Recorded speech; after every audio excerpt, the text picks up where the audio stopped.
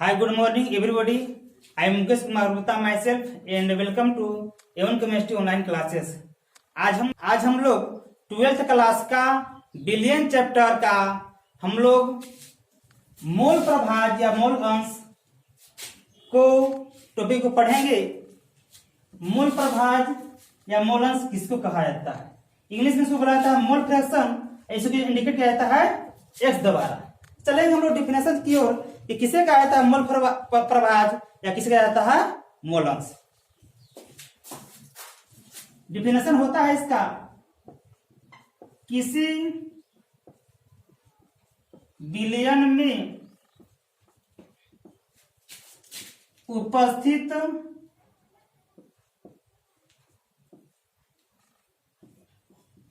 विलेय अथवा विलायक के मोलों की संख्या एवं बिलियन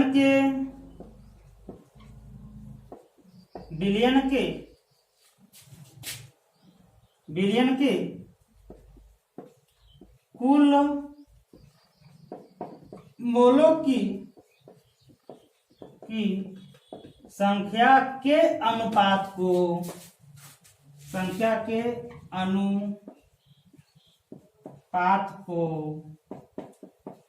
मोल प्रभाज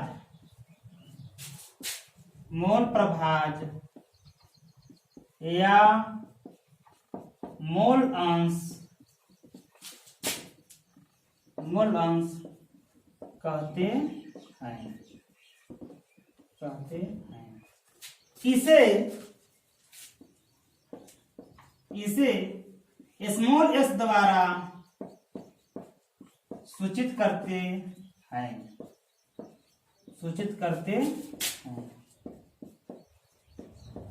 तेरह आपका मोल प्रभाज का डिफिनेशन परिभाषा। अब हम लोग इसी को आगे बढ़ाएंगे। तो हम लोग जानते हैं कि विलेय में दो घटक होते हैं, एक विलायक और एक विलेय। तो हम विलायक को ए मानते हैं, विलायक को हम लोग क्या मानते हैं? ए मानते हैं, और विलेय को बी मानते हैं। जैसा मैंने पिछले क्लास में हम लोग बताया गया है कि विलायक इसको कहा जाता है जिसकी मात्रा अधिक होता है, इसको हम लोग कहते हैं विलायक। तो इसको क्या लिए हम लोग? ए लिए हैं। अब विलेय इसको कहा जाता है जिसकी मात्रा कम होती है, तो क्या कहते हैं? विलेय। तो हम लोग क्या लिए हैं? इसको बी लिए हैं। चलेंगे हम लोग मोल प्रभाज के डिफिनेशन की ओर चलेंगे। तो क्या कहता है? सबसे पहले हम लोग लेकर चलेंगे पहले विलायक को। तो विलायक के मोल प्रभाज, यानी जैसे हम लोग देख रहे थे कि मोल प्रभाज को क्या सूचित किया जाता है? एस द्वारा। तो हम लोग एक्स, अभी विलायक को हम क्या माने हैं? ए माने हैं, एक्स ए बराबर। जस्ट कहीं ध्यान दीजिएगा कि जब विलायक को यहां पर लेते हैं तो विलायक के मोलों की संख्या हो जाता है ऊपर में, विलायक के मोलों की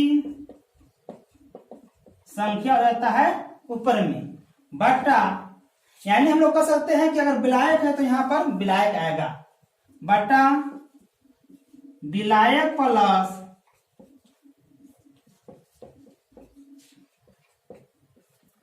विलेय के मोलों की संख्या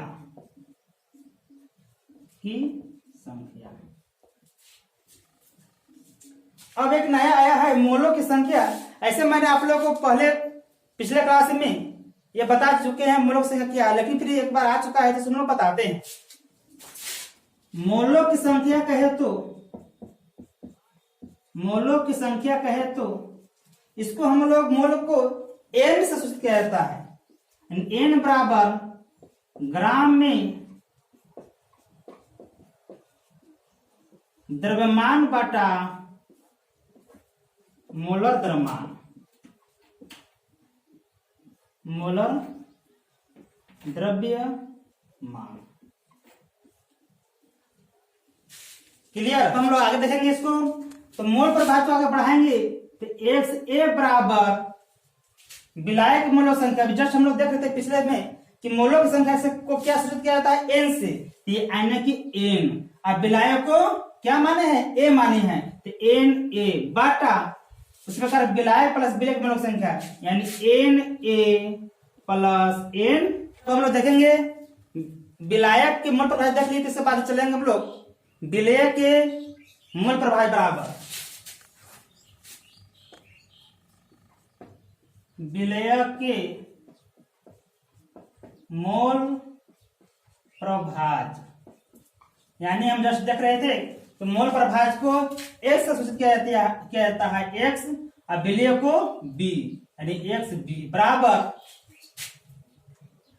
विलेय है, यहाँ जगह विलेय, ऊपर में भी हो जाएगा विलेय। विलेय के मोलों की संख्या बाटा विलायक प्लस विलेय के मोलों की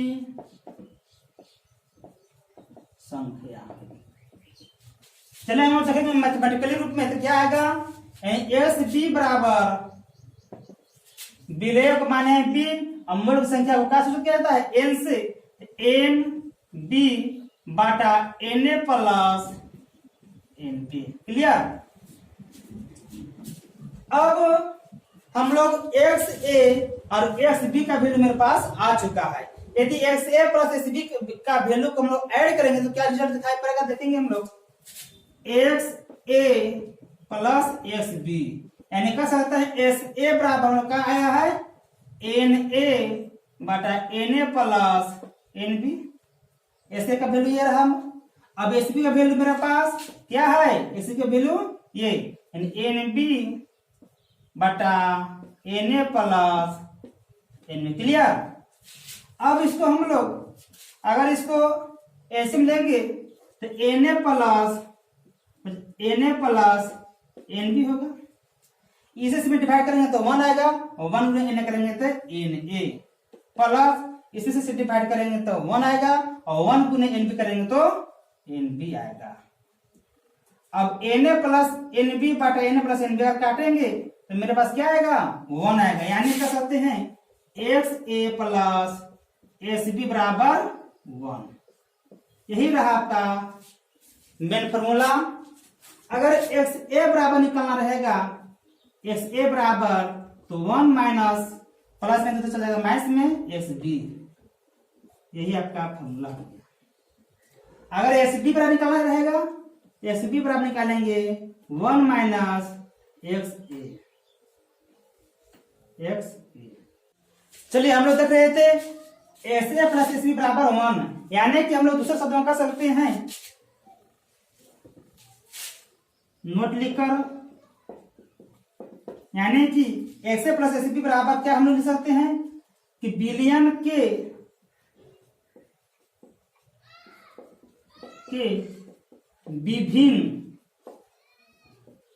विभिन्न घटकों के मोल प्रभाज का योग हमेशा एक होता है।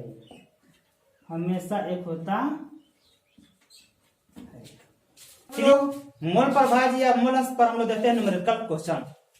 ये रहा आपका क्वेश्चन, 12 ग्राम जल 108 ग्राम एसिटिक अम्ल एवं 92 ग्राम एथाइल एल्कोहल के एक मिश्रण में जल, एसिटिक अम्ल एवं एथाइल अल्कोहल के मोल अंशों को ज्ञात करें। ये रहा मेरे पास क्वेश्चन। चलेंगे हम लोग 1 बाय 1 करके इसको निकालेंगे, कैसे निकला ये आंसर की ओर।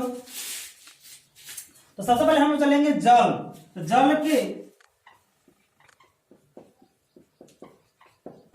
मोलों की संख्या, यानी जैसे हम लोग जानते हैं कि मोलों की संख्या को n से सूचित किया जाता है, n और जल कहते H2O। यानी मोलों की संख्या बराबर होता है द्रव्यमान बटा मोल द्रव्यमान। यानी कह सकते हैं जल हम लोग लिए हैं तो जल के द्रव्यमान बाटा जल के मोलर द्रव्यमान।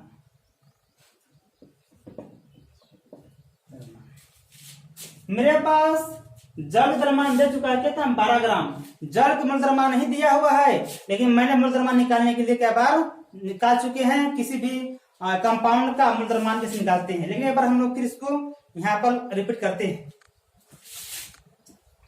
जल और जल कहते H2O का मोलर द्रव्यमान।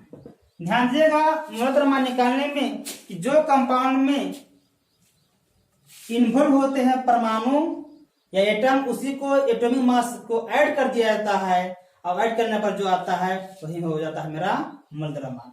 तो H2O में कहे तो पानी में H मेरे पास 2 गो है, तो H 2 गो है तो एटॉमिक मास जो होता है हाइड्रोजन का 1 होता है, तो मेरे पास 2 है तो 1 गुने 2 करेंगे प्लस। ऑक्सीजन है तो ऑक्सीजन का एटॉमिक मास होता है 16, तो 16 को ऐड करेंगे तो 16 और प्लस 2 प्लस 16, तो 16 2 18 ग्राम पर मोल। यानी जल द्रव्यमान मेरे पास दे चुका है और जल पूर्ण द्रव्यमान भी आ चुका है 18 ग्राम। तो इसको हम लोग वैल्यू पुट करेंगे, लिख सकते हैं NH2O बराबर 12 बटा 18 भाग देंगे 0.66 मोल, 66 मोल। उसी प्रकार हम लोग निकालेंगे एसिटिक अम्ल का। एसिटिक अम्ल का मोलों की संख्या यानी एसिटिक बराबर का होगा, यानी एसिटिक अम्ल मोल का है तो n मोल की संख्या n से एसिटिक अम्ल को CH3COOH, यानी वो कह सकते हैं एसिटिक अम्ल के द्रव्यमान बाटा एसिटिक अम्ल के मोलर द्रव्यमान। क्लियर? चलिए हम लोग निकालेंगे एसिटिक अम्ल का मोलों की संख्या, यानी कर सकते हैं NCl3COOH। मोलों की संख्या बराबर होता है द्रव्यमान बटा मोल द्रव्यमान। द्रव्यमान मेरे पास दे रखा है 108 ग्राम, किसका, एसिटिक अम्ल का 108 ग्राम। और अगर एसिटिक अम्ल का मोल द्रव्यमान निकालेंगे तो होगा 60, यानी 60 ग्राम पर मोल। ग्राम ग्राम काटेंगे, कट जाएगा, 108 में 60 से डिवाइड करेंगे तो 1.8, मोल को पर मोल को ऊपर आएगा तब मोल हो जाएगा, मोल।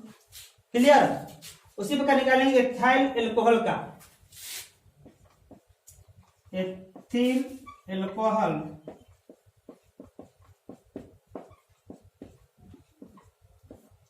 के मोलों की संख्या यानी कह सकते हैं NC2H5OH बराबर होगा C2H5OH का द्रव्यमान बटा C2H5OH का मोलर द्रव्यमान।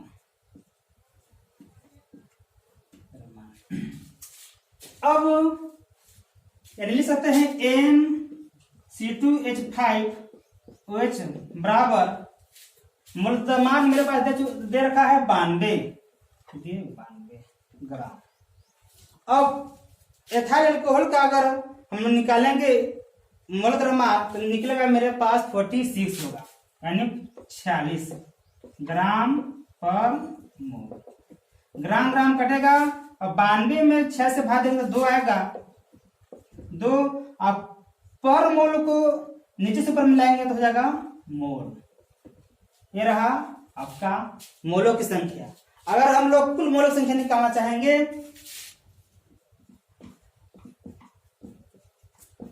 कुल मोलों की संख्या बराबर, तो सभी को ऐड कर देंगे।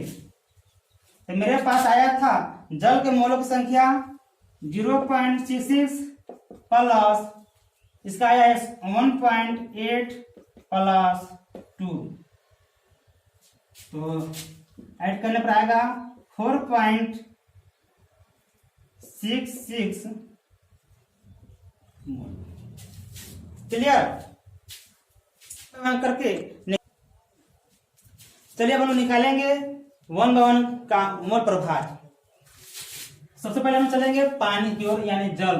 तो जल का निकालेंगे मोल प्रभाज, यानी हम लोग जानते हैं कि मोल प्रभाज को S से सूचित किया जाता है, X और पानी को H2O बराबर होता है।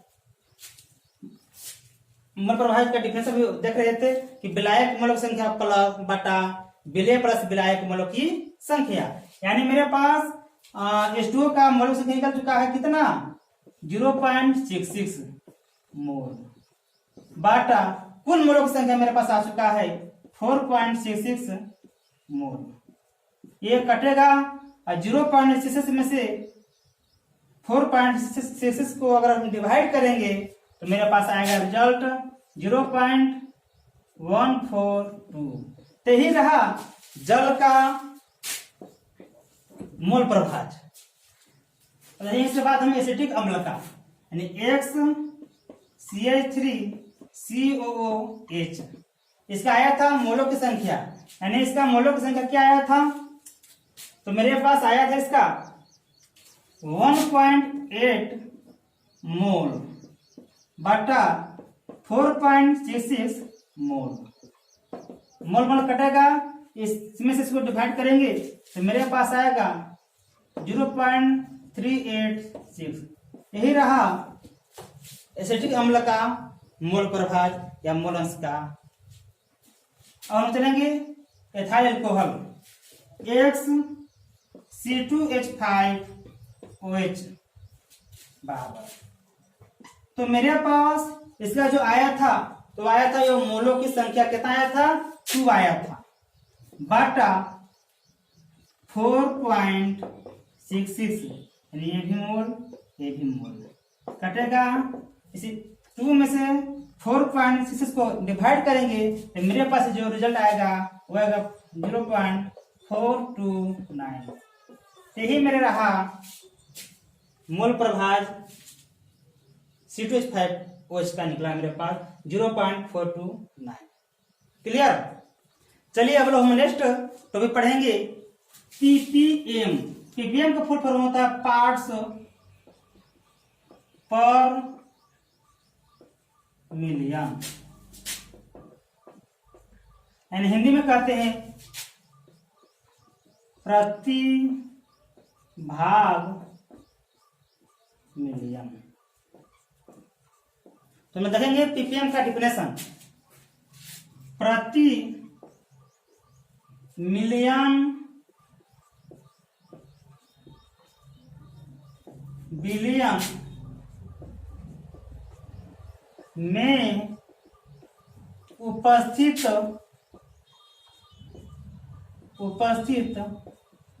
विलय के द्रव्यमान, विलय द्रव्यमान को पीपीएम कहते हैं। दैट इज लिखना हम चाहेंगे, दैट इज पीपीएम बराबर होता है विलय के द्रव्यमान, विलय के द्रव्यमान बटा विलयन का द्रव्यमान गुने 10 की पावर 6। क्यों? कि मेरे पास मिलियन आया है, यानी 1 मिलियन बराबर 1 मिलियन बराबर होता है 10 की पावर 6। यूं ही हम कह सकते हैं, यानी 10 की पावर 6 यूं ही कह सकते हैं 10 लाख। ये रहा आज क्लास यहीं तक समाप्त होता है। इसके बाद हम फिर नेक्स्ट वीडियो मिलेंगे। That's all, thank you so much.